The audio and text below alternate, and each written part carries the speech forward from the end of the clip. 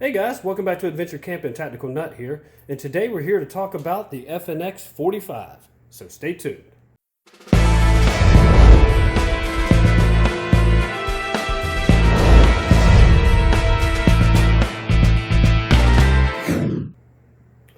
Alright, so let's go ahead and open this up, see what comes in the box, and then we'll discuss the specs and move on to what I think about it and all that kind of stuff. So right here you pop it open. As you can see, get a little paperwork. You get the FNX manual, and I will say it is quite a good manual. Gets fairly good pictures, descriptions of what to do with it, how to disassemble it, and all that kind of stuff. So pretty straightforward, and I would say good quality manual. Then you get your paperwork here of how to use the lock that comes with it. It is not included, and I'll tell you why, because this is not mine. This was a buddy of mine who let me borrow it, so huge shout out to him and thank you for that, because this thing was a lot of fun. Of course, then you get your confirmation card. Now, also what comes in the box, you have the gun itself with three, as you can see here, 15 round mags. Extra back strap. I don't know if there was more than just one, but you got the one on it and this one, but this was all that came in it, and as I'm thinking about it, I forgot to look it up, so I'll annotate it if it comes with more than just the one extra back strap. Now, some specs on the gun. You do have a double action, single action trigger, so so y'all know, safety check, yes, nothing in there. All right, so single action, very smooth, short, crisp trigger. On the website, it says that the double action, which is this one right here, says between 8.8 and 12 pounds. That is a little stiff, but it is smooth with a clean break. I don't have a trigger pull scale, so I mean, I'm going to guess probably around 10 from another gun that I used to have. The single action is said to be 3.96 to 5.06. And we'll show you just like that again. Very light and crisp, I'll tell you. Reset. Ooh, let's see if I can hold it down and do this.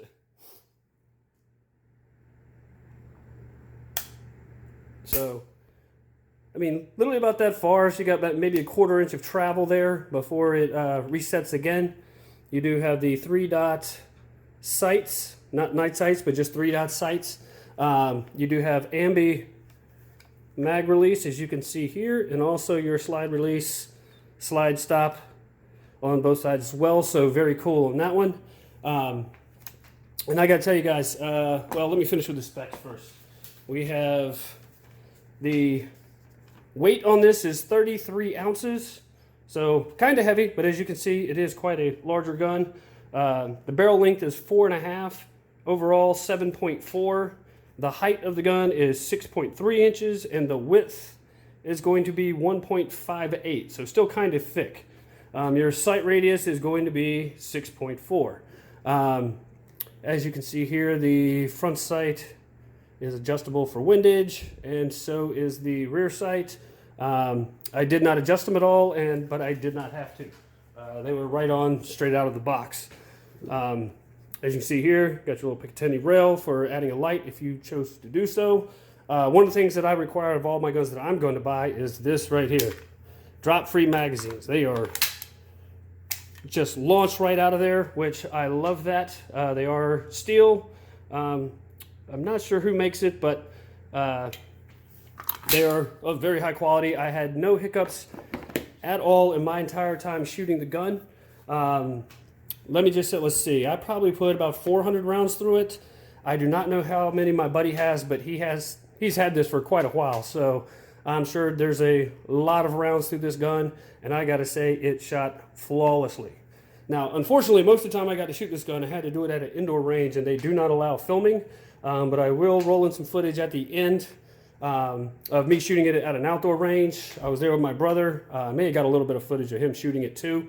But I'll tell you what, I could put 15 rounds out of this at 7 yards into about a 2.5 inch hole. Maybe 3 on the high side, but I mean, it shot like a tack driver. I mean, I was extremely impressed with it. All right, so I messed up. I was editing the video and noticed that I started to hold the gun off camera as I was breaking it down. So let's just run through that part again so you can actually see it this time. So first, as always, take your magazine out. Safety check, make sure it's clear. It is. All right, now this one is very simple. You're just going to pull your slide back. Let me reach around the camera. Lock the slide into place. Bring your lever down. Then you're just going to bring it forward and off. Very simple. Don't have to pull the trigger. I do like that. But if you safety check your guns all the time, you never have to worry about misfiring. But I know that is a problem for some people. So good that you don't have to pull the trigger. Here you do have the captured recoil spring. I do believe it is all metal. If not, it is mostly plastic with this metal end piece. And of course, you have here your barrel, which comes right out very easily. Locking lug. Very nice. Like it. To reassemble, you're just going to reverse the process. Put in your spring again. And then, of course, as you can see, I'll show you this first. You do have a lot of metal rail right here. Just a small rail here on the rear. But definitely plenty. I mean, you got a polymer handle. Like I said before, this is a heavy gun at 33 ounces, but you do have a heavy slide. Of course, with it being a 45, you kind of expect a little bit bigger, heavier, and a little more bulk. So to reassemble, you're just going to match this up again. Bring it back. Lock your slide into place again. Lever forward. Drop it home. Check for function. And we are good to go. All right, back to the video. Ready to go, check for function.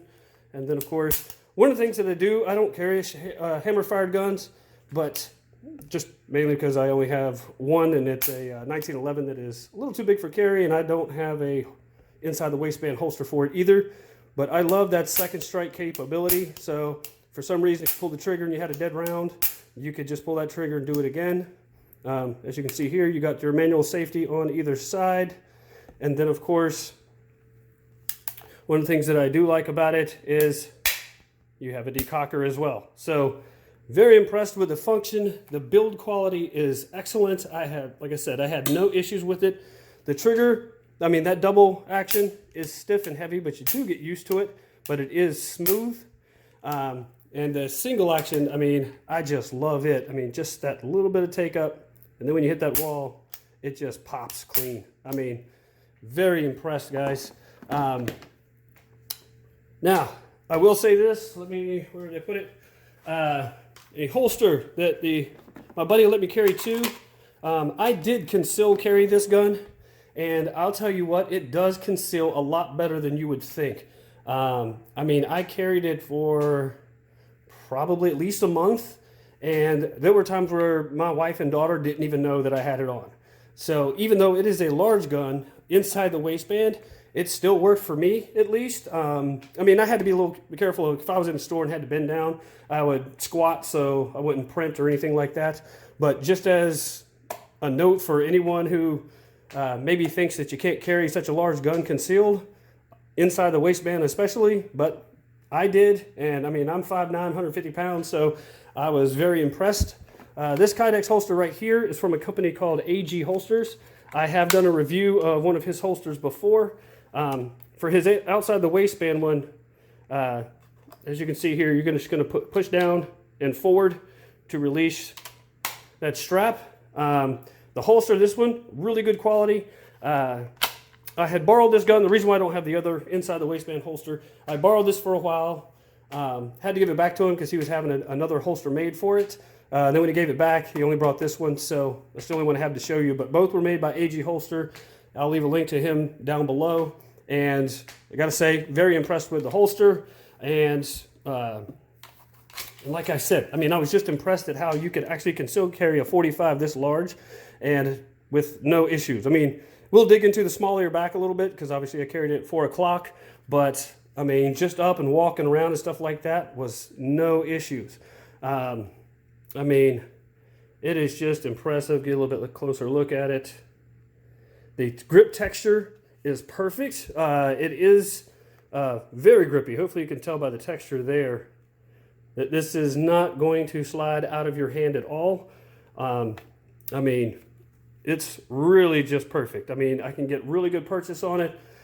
I definitely had no issues with this whatsoever. I mean, the bore axis is a little high, but I'll tell you what, I mean, shooting it was still a dream. Now, just to kind of give you a comparison, this is my EDC, so for size comparison, this is the CZ P10C. Absolutely love this gun, but if you want to look at length, oops. Sorry, trying to do this around the camera, so it's a little bit awkward. But base to base, really not a huge difference there. The trigger guard, obviously just a different shape, but height-wise, keep trying to get these. I mean, obviously that's going to be a little taller, so I mean, you just got to be more careful either with what you wear or whatever. But I mean, and then width, obviously this one is a lot wider. I love this gun. I just can't tell you how much. But this one, I would definitely not hesitate to buy if I had the chance. I looked it up. I think the MSRP on FN's website is like $829. But I also did some digging around. Not a huge amount, but just to get an idea, you could probably get this for around $700 street price. Maybe a little bit less, maybe a little bit more, depending on sales and or who you're getting it from. But very impressed, guys. Highly recommended. And like I said, I'll throw in some footage. I think probably only fired about 100 rounds that day. I'll just give you a little bit of the highlights from it. But trigger guard is great, even for gloved hands. As you can see there, you got a lot of room. I did shoot with some tactical gloves on, but I think even some lighter winter gloves, you wouldn't have any issue. Like ski gloves, no. But, you know, I'm telling you, I loved it, enjoyed shooting it, and I hope I get to do so again sometime. And in the meantime, guys, be prepared, have fun, and check out the FNX 45. Let's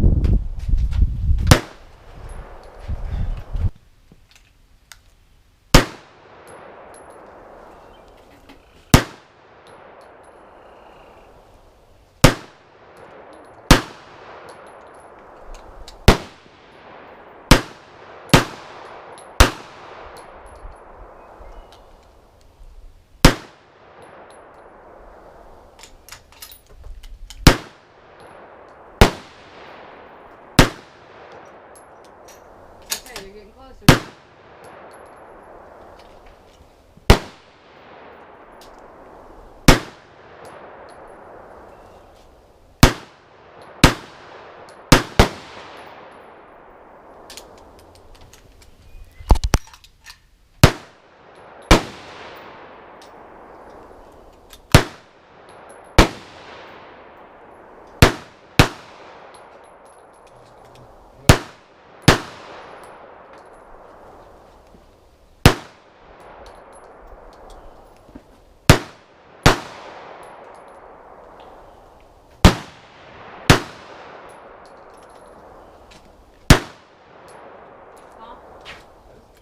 That hit one.